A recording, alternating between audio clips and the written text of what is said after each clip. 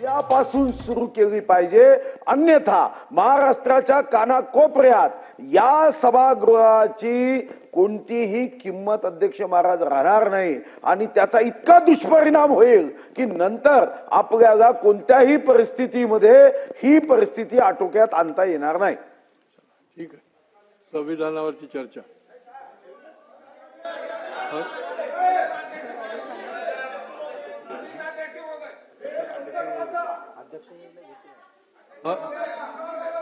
हक्कभंगाचा निर्णय अध्यक्ष महोदय घेतील, त्यांच्याकडे सादर केलाय.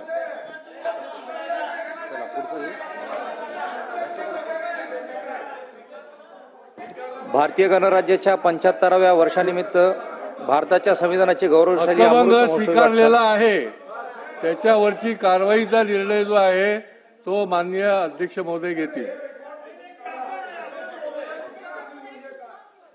त्याने स्वीकारलंय, सांगितलं ना सुधीर भाऊ, मी सांगितलं हक्कभंग स्वीकारला आहे. पुढची जी आपण सूचना केली ती लवकरात लवकर कारवाई संबंधात अध्यक्ष महोदय निर्णय घेतील.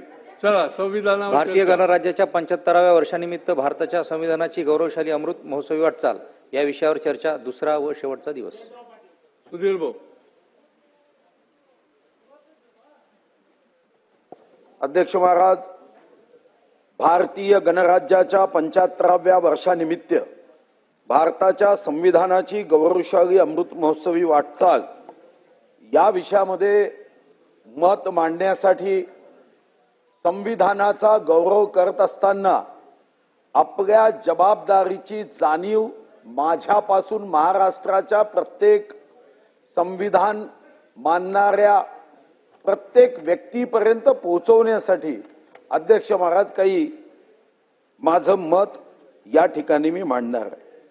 सर्वप्रथम मी स्वतः या चर्चेची सुरुवात करत असताना मनात एक संकल्प करतोय की अध्यक्ष महाराज 26 जानेवारी 15 ऑगस्ट किंवा संविधान उत्सव साजरा करत असताना त्या उत्सवाचं महत्व अधोरेखांकित करताना आपल्याला एका गोष्टीची जाणीव सर्वांनाच करावी लागणार आहे कि संविधान भक्ति ना हो क्षणिक उबाल, मन में पगे वह पूरे साल.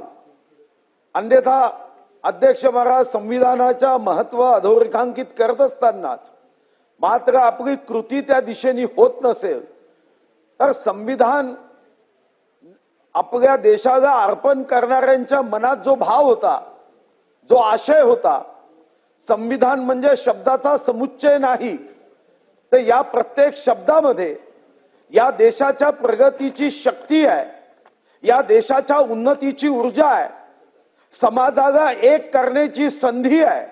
समता ममता बंधुत्व हा विचार मांडत असताना कन्याकुमारी पासून काश्मीर पर्यंत, कामरूप पासून कच्छ पर्यंत हा माझा भारत हा विश्व गौरव व्हावा, जगाचा कप्तान व्हावा, ही संविधानाच्या डिबेट मधल्या प्रत्येक शब्दामधला हा अध्यक्ष महाराज आशय आहे. खर तर तुम्ही आम्ही भाग्यशाली आहोत अध्यक्ष महाराज, आणि हजारो जन्माचं कदाचित पुण्य असेल. मला आठवतं अध्यक्ष महाराज 1995 ते 99 मी पहिल्यांदा आमदार झालो आणि आपल्या विधानसभेच्या आमदारांना पिवळ्या रंगाचे कुपन्स हे बाहेर राज्यात जाण्यासाठी एअर कंडिशनचा प्रवास करण्यासाठी दिल्या जायचे.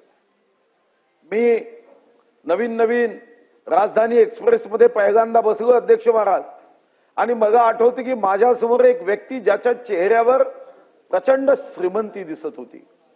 मी त्या व्यक्तीला सहज तसं विमानात आणि एअर कंडिशन मध्ये लोक एकमेकाशी फार बोलत नाही, पण आम्ही तर ग्रामीण भागातून आलो त्यामुळे बोलण्याची सवय होती, समोरच्याला बोलका करण्याची सवय होती.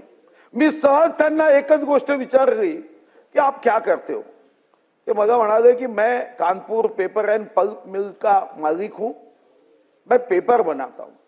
मी सहज दूसरा प्रश्न विचारला कि आप पेपर बनाते हो तो कहां भेजते हो. तो म्हणाला मैं दुनिया में 125 देशों में मेरा पेपर एक्सपोर्ट करता हूं. तोपर्यंत जगातला मी अध्यक्ष महाराज कोणताही देश बघितला नव्हता.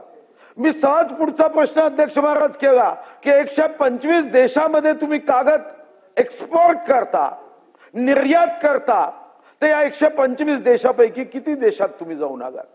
कारण उत्सुकता होती. मी तर कोणताच देश बघितला नव्हता. उत्सुकतेपोटी प्रश्न केला. तो म्हणाला 125 देशापैकी मी 124 देशात जाऊन आलो. मग पुढचा प्रश्न केला की या 124 देशामध्ये सर्वात सुंदर देश कोणता? 10 सेकंद त्यांनी डोळे मिटले, चेहऱ्यावर एक पवित्र भाव आला आणि तो बघा सहज म्हणाला की माझं हजारो जन्माचं पुण्य असेल, माझा जन्म हिंदुस्थानात झाला, यापेक्षा सुंदर देश जगात असूच शकत नाही. आणि मी पुढे त्याला म्हणालो की कदाचित तुमच्यापेक्षा माझं 5 जन्माचं पुण्य जास्त असेल, म्हणून माझा जन्म भारतात झाला, पण छत्रपती शिवाजी महाराजांच्या महाराष्ट्रात झाला. अध्यक्ष महाराज, असा हा वैभवशाली अध्यक्ष महाराज हा देश आहे. आमच्याकडे लोकशाही नवीन नाही. बिहारच्या वैशाली राज्यापासून अध्यक्ष महाराज, चाणक्यापासून आणि आमच्या सर्वांचा राजा शिवबा जो आमच्या हृदयात आहे, आमच्या रक्ताच्या थेंबाथेंबात आहे. छत्रपती शिवाजी महाराजांनी राज्य केलं ते रयतेचं राज्य. हा शब्दच लोकशाहीचा समानार्थी शब्द आहे अध्यक्ष महाराज. हे रयतेचं राज्य म्हणजे काय? हेच तर संविधान आहे. या संविधानामध्ये रयतेच्या राज्याची अध्यक्ष महाराज कल्पना केली आहे. कारण हे किती शब्दाचं आहे, किती तास लागले, किती सदस्य होते, यावर मी जाणार नाही, ती माहिती माझ्याकडे आहे. पण याचा भाव काय होता आणि हा भाव या अमृत महोत्सवी वर्षामध्ये गौरव करत असताना अध्यक्ष महाराज हा भाव लक्षात घेऊन आपल्याला भविष्यातली आपल्या राज्याची, आपल्या देशाची वाटचाल करायची आहे. संविधान तर आपल्यापाशी आहे अध्यक्ष महाराज. हा संविधान अध्यक्ष महाराज एकानी खरं म्हटलंय की संविधान, काही लोक आवई उठवतात, संविधान अध्यक्ष महाराज हा बदलण्याचा विषय नाही, तर हा जगण्याचा विषय अध्यक्ष महाराज. आणि हा जर जगण्याचा विषय असेल तर अध्यक्ष महाराज फक्त गौरव आणि आपल्याला या ठिकाणी सन्मान करून आपल्याला थांबता येणार नाही अध्यक्ष महाराज.